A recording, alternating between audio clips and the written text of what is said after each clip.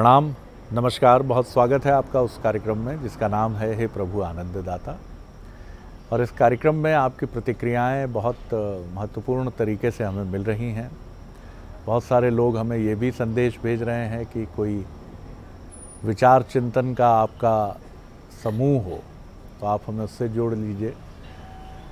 बहुत सारी बातें अभी हमारे मन में हैं, विचार के स्तर पर हैं।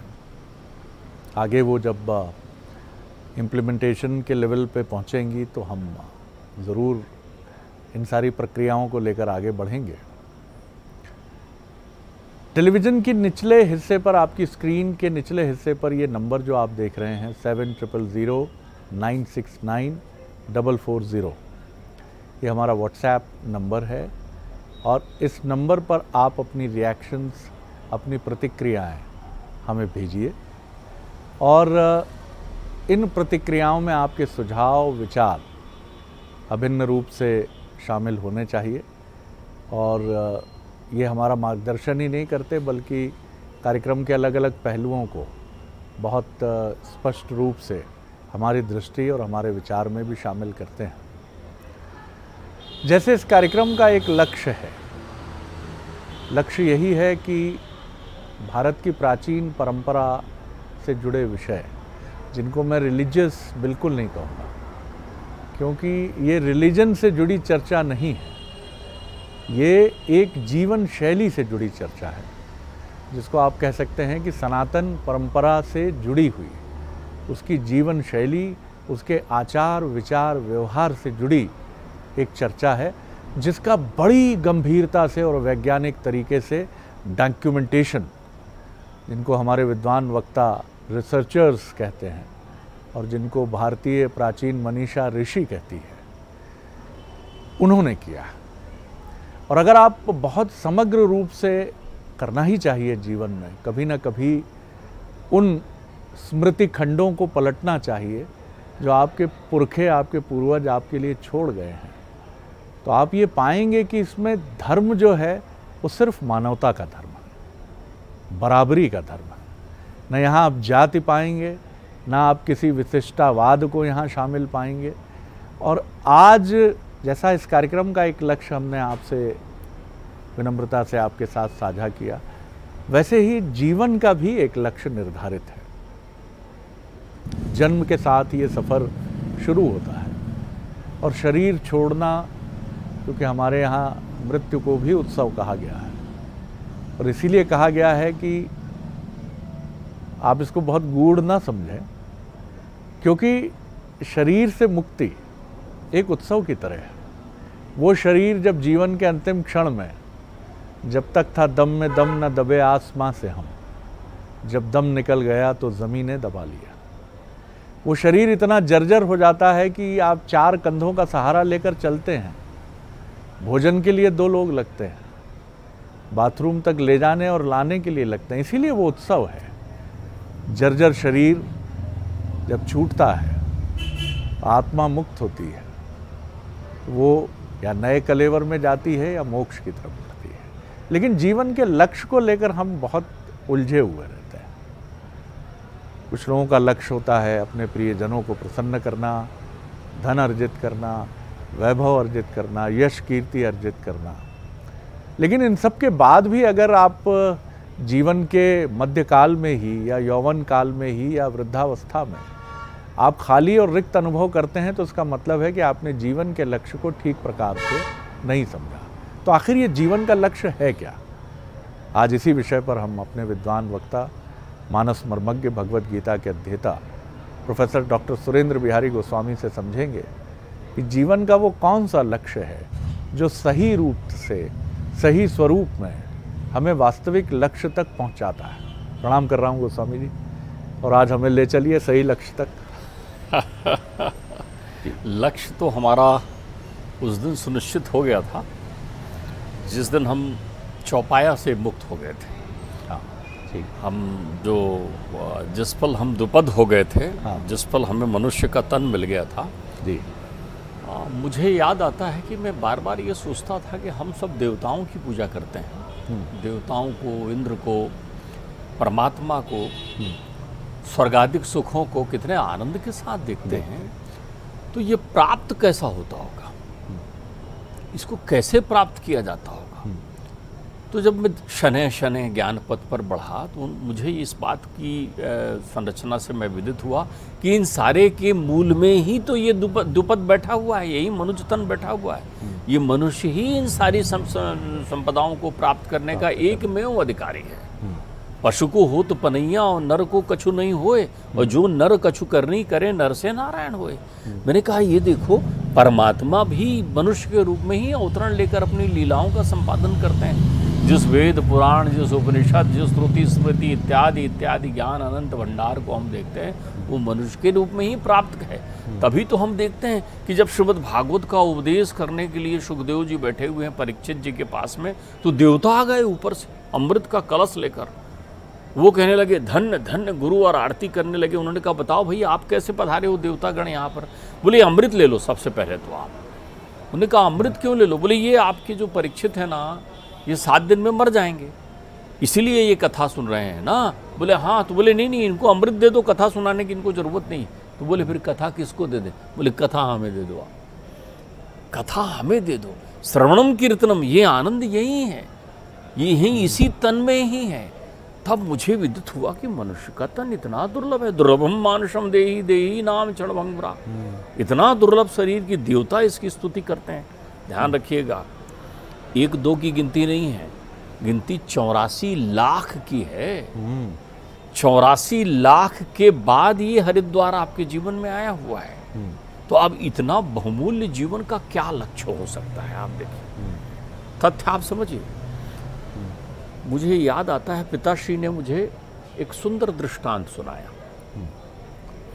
उन्होंने कहा एक दार्शनिक राजा हुए, उन राजा ने ये परख करने के लिए कि मेरे यहाँ कितने लोग अध्यात्म के शुद्धिशील हैं, कितने लोग जीवन के वास्तविक लक्ष्य को समझते हैं, ये ध्यान करने के लिए उन्होंने घोषणा कर दी कि कल एक दिव्य मेले का आयोजन है, और उस दिव्य मेले के आयोजन में जो सबसे पहले मेरे पास आ जाएगा उसको मैं राजा घोषित कर दूंगा।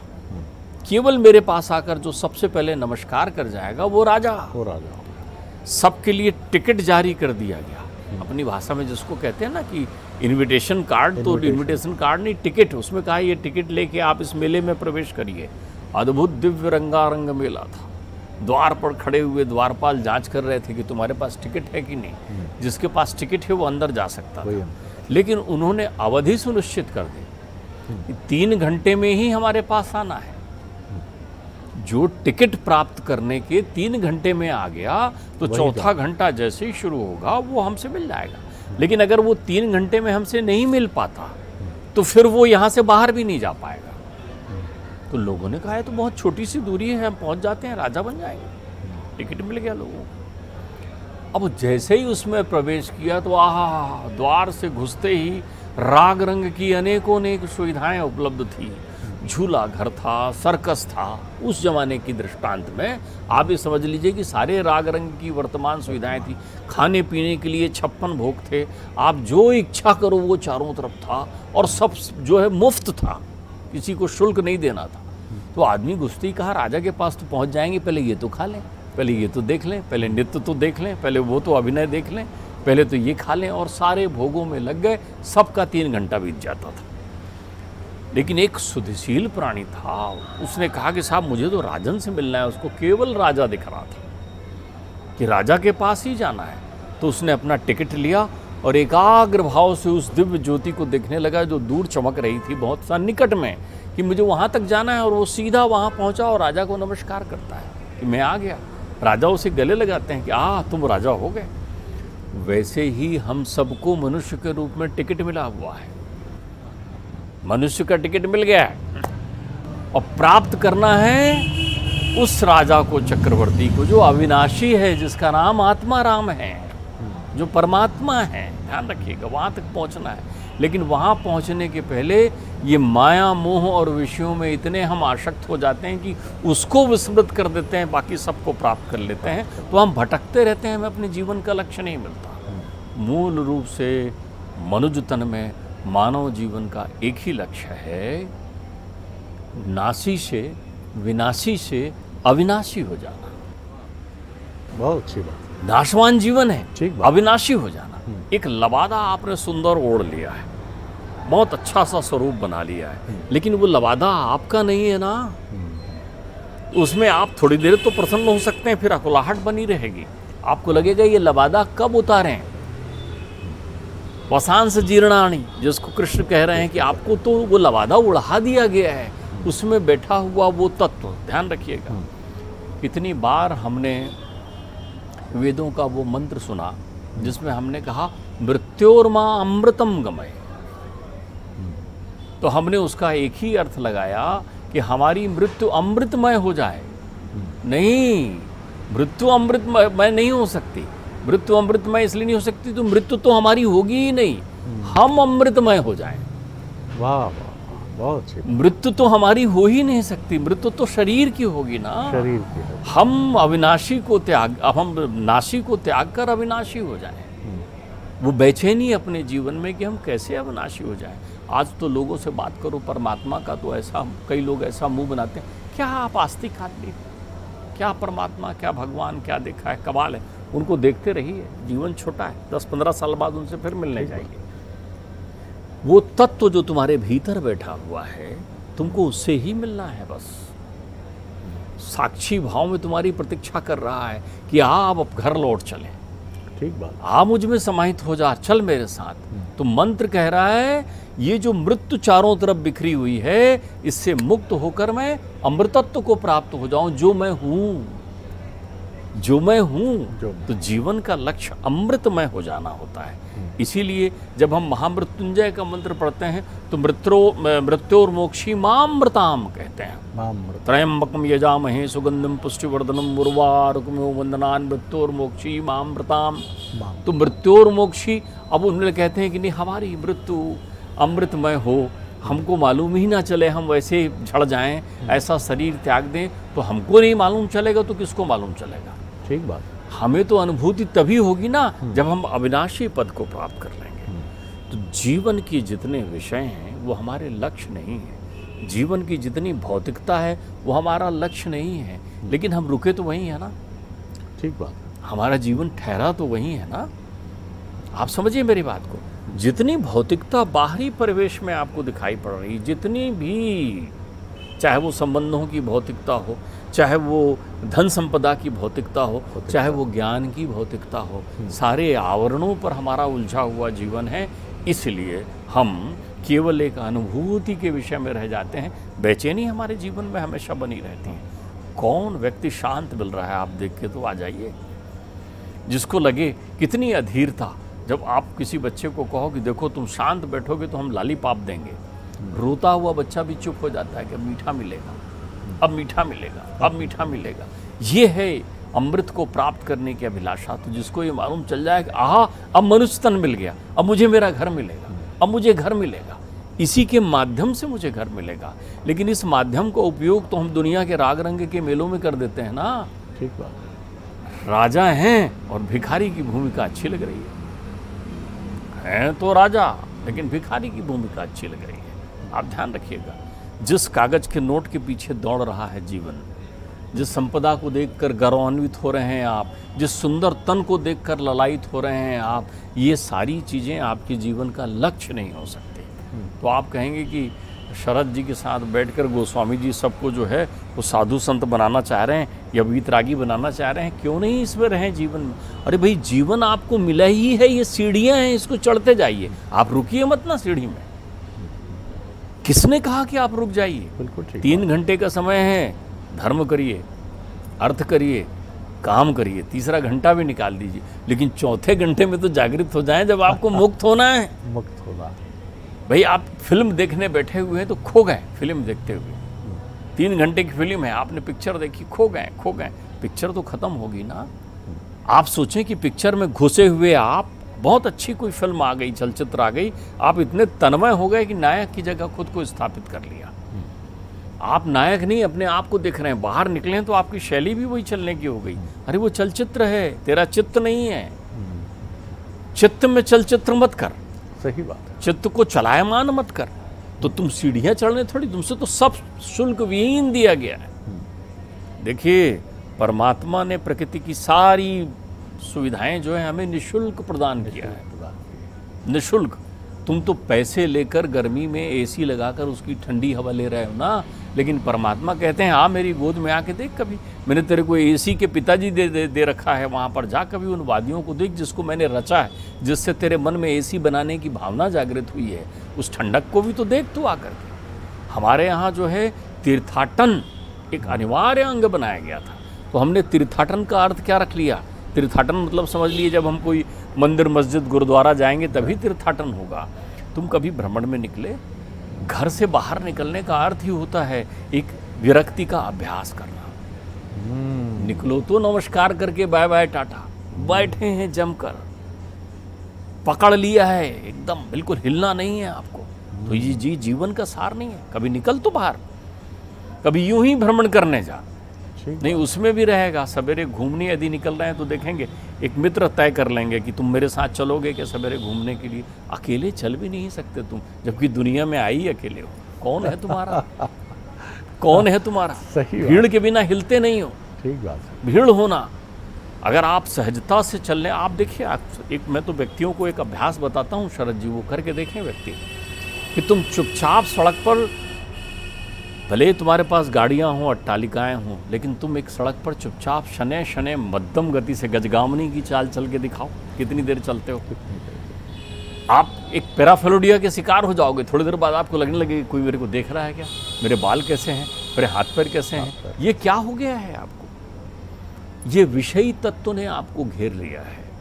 आप अमृत हैं तो अमृत के सागर में मिलना चाहते हैं, लेकिन आप अमृत हैं लेकिन विष का पान कर रहे हैं, तो उससे उत्पन्न होने वाला संक्रमण आपको बेचैन किया हुआ है। इसलिए आप अपने लक्ष्य को समझ नहीं पा रहे हैं। एक छोटी सी बात है, बहुत लंबा तीर्थाटन कर लिया है, अब घर जाना है, मिलना है उससे जो उस परमात्मा तत्व को हास उपहास की विषय वस्तु में देखते हैं, जिनका दावा होता है कि मैं परमात्मा को नहीं मानता। तो मैं तो परमात्मा है, मैं परमात्मा ही है जिसे तू नहीं मानता। जब तू मैं बोलता है ना, तो वो मैं ही परमात्मा है जिसके कारण तू बोलता है। तू शरीर को मानने लगा है, इसलिए उस मैं को शरीर का भ्रम कर रहा है। तेरे को लगता है शरीर मैं बोल रहा है। अच्छा देख, पड़े हुए उस शव को जाकर बोल उससे मैं बोले, जागरी मनुष्य, तुम्हें तुम्हारे जागृत होने का समय है। तो तुम जितनी संग्रहण की प्रक्रियाओं में लगे हो, जितनी चीजें तुम प्राप्त करना चाह रहे हो, वो लक्ष्य है ही नहीं। वो मार्ग में मिलने वाले वो रेला पेला है जिनके कारण तुम जो है दुख सुख की अनुभूति करते हुए चल रहे हो। तुम्हारा जीवन केवल मृत्योर्मा अमृतम गमय है। बहुत सुंदर बात है। अब देखिए, ये प्रश्न आपके हमारे मन में, मेरे मन में भी आता है कि आखिर उस मार्ग पर चलने का सुख क्या है। कुछ लोग अपने अनुभव से समझते हैं, कुछ लोग जो बहुत बुद्धिमान होते हैं वो दूसरों के अनुभव से समझते हैं। ये कहावत हमारे यहाँ बहुत पहले से है। मैं भी अक्सर ये सोचता हूँ कि 23 साल 5 महीने के भगत सिंह फांसी के फंदे को अपनी प्रेयसी बनाते हैं, तो उन्होंने उस आनंद को महसूस तो किया होगा ना।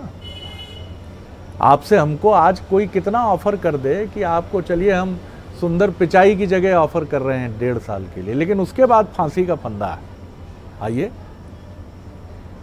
लीजिए 250 करोड़ साल का पैकेज, खूब आनंद उठाइए, अमेरिका में रहिए, वैभव की नगरी में रहिए, 2 साल रहिए, 1 साल और ग्रेस दे देते हैं, 3 साल कर देते हैं, फिर फांसी का फंदा है। लेकिन एक नौजवान है जो ये समझ चुका है कि इस जीवन का सार कितना निरर्थक है।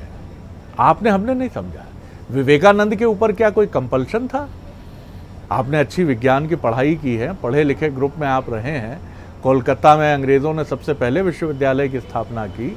उस समय का बांग्ला भाषी युवा समुदाय बेहतरीन नौकरियों के तरफ बढ़ रहा था, लेकिन क्यों गए विवेकानंद? गांधी भी बैरिस्टर बनने ही गए थे। ठीक है, किसी गोरे टीटी ने उनका सामान फेंक दिया, लेकिन फिर सामान रखते। अगर वैभव की तरफ जो मोहनदास करमचंद गांधी पानी के जहाज से ब्रिटेन जाते समय बार बार बाल बनाता था और अपनी कोट और नेकटाई को देखता था, उसके भीतर क्या घटा कि वो लकुटी और लंगोटी पर आ गया? कोई तो आनंद होगा साहब जो हमारे अंदर मिसिंग है, उधर नहीं है गोस्वामी जी। देखिए मैं आपको बताऊं, बहुत सारे लोग कहते हैं कि नहीं, लक्ष्य तो जीवन का वो है जो भौतिकता के साथ हम निर्धारित करते हैं कि कलेक्टर बनना है, एक्टर बनना है, बैरिस्टर बनना है, आईएएस बनना है, वो इसे जीवन का लक्ष्य मान लेते हैं। ये जीवन का लक्ष्य नहीं हो सकता। ये आपके जीवन में जीने की जो प्रक्रियाएं हैं, उन प्रक्रियाओं को आप सुनिश्चित कर रहे हैं कि इस माध्यम से आप चढ़ेंगे। जीवन का लक्ष्य आपको जानना हो तो सीधी सी प्रक्रिया वो अपनाइए जो प्रक्रिया श्रीमद् भागवत में अपनाई है परीक्षित जी ने।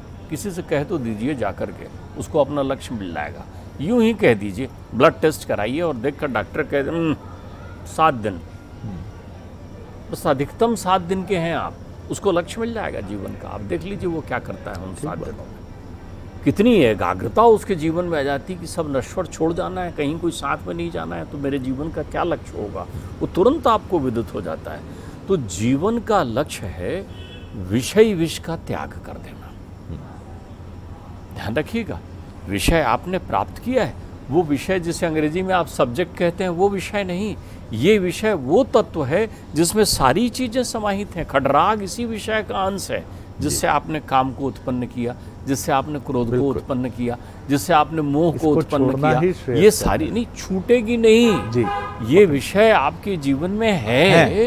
ये जीवन में इसलिए है कि इसी को पार करने के बाद अमृत आपको मिलेगा। बिल्कुल, यदि आप इन विषयों में टिके रहे तो अमृत आपको नहीं मिलेगा। तो अमृतमय जीवन बनाने के लिए आपको, देखिए, आपके लिए इसके लिए ही 84 लाख योनियों में सबसे श्रेष्ठ मनुष्य योनि है। क्यों? क्योंकि इसी योनि में ज्ञान है, इसी योनि में बुद्धि है, इसी योनि में मन है गोस्वामी जी।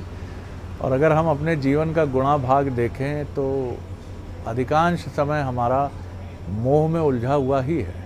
पिछले एपिसोड में भी हमने कमोबेश इसी विषय को बहुत गहन तत्व की तरह देखा था। हम माफ़ी मांगते रहते हैं, हम क्षमा मांगते रहते हैं, अपने आचरण से खुद ही क्षुब्ध होते हैं।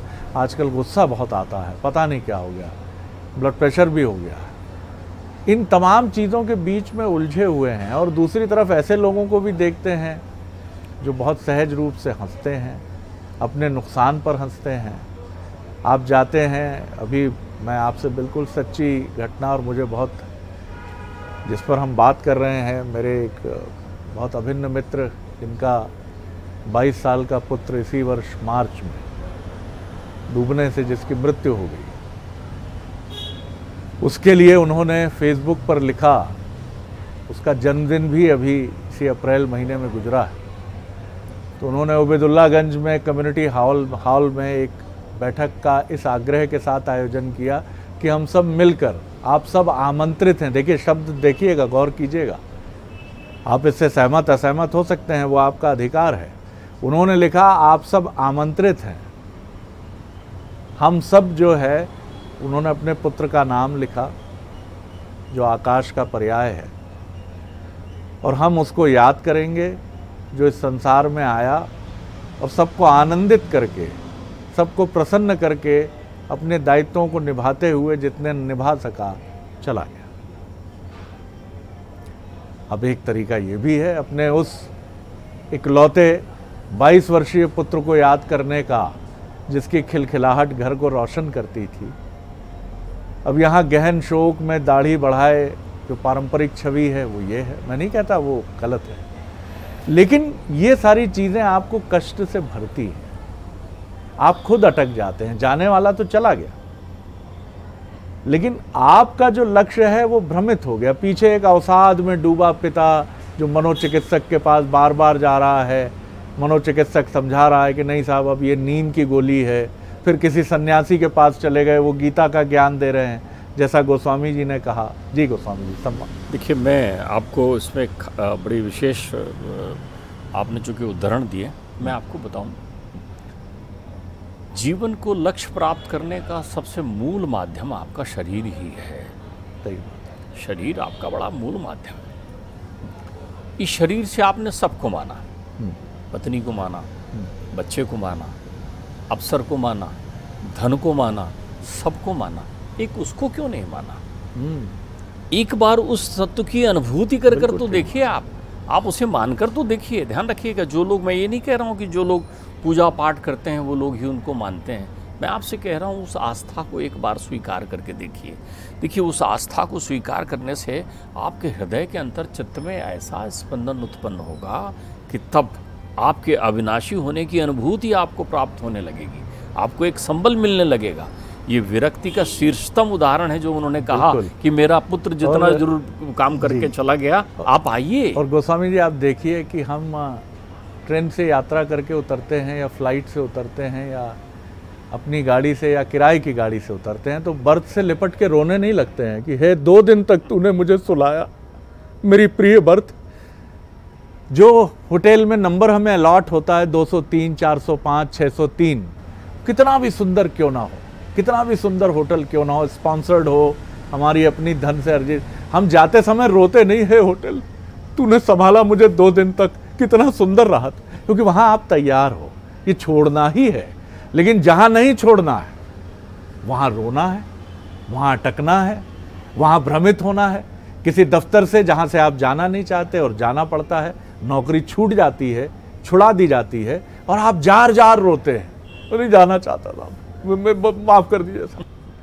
क्योंकि वहाँ आप जाना नहीं चाहते। लेकिन जाएं या ना जाएं, जैसे वो बर्थ छूटती है, 203 रूम नंबर छूटता है, वैसे ही ये जगत भी एक होटल का रूम ही है साहब, लिखा है नंबर उसके बाहर। आप चाहे उस होटल की तरह प्रेम से छोड़ें, गुड बाई करते हुए, बड़ा मज़ा आया, बहुत मज़ा उठाया, 2 दिन पूल किनारे का रूम था, बड़ा मज़ा किया, जा रहे हैं। दुनिया से भी विदाई का क्या ये बढ़िया मंत्र नहीं है? बड़ा आनंद आया पिताश्री ने जी, आपने तो बहुत अच्छे रूप में जो है इस प्रक्रिया को हाँ भी सूचकांक में व्यक्त किया। पिताश्री ने इसके लिए बड़ा अच्छा काव्यात्मक ढंग प्रस्तुत किया था। पिताश्री कहते थे कि क्यों अकड़ता है मुसाफिर तू यहाँ, ये किराए पर मिला तुझको मकान। क्यों अकड़ता है मुसाफिर तू यहाँ, ये किराए पर मिला तुझको मकान।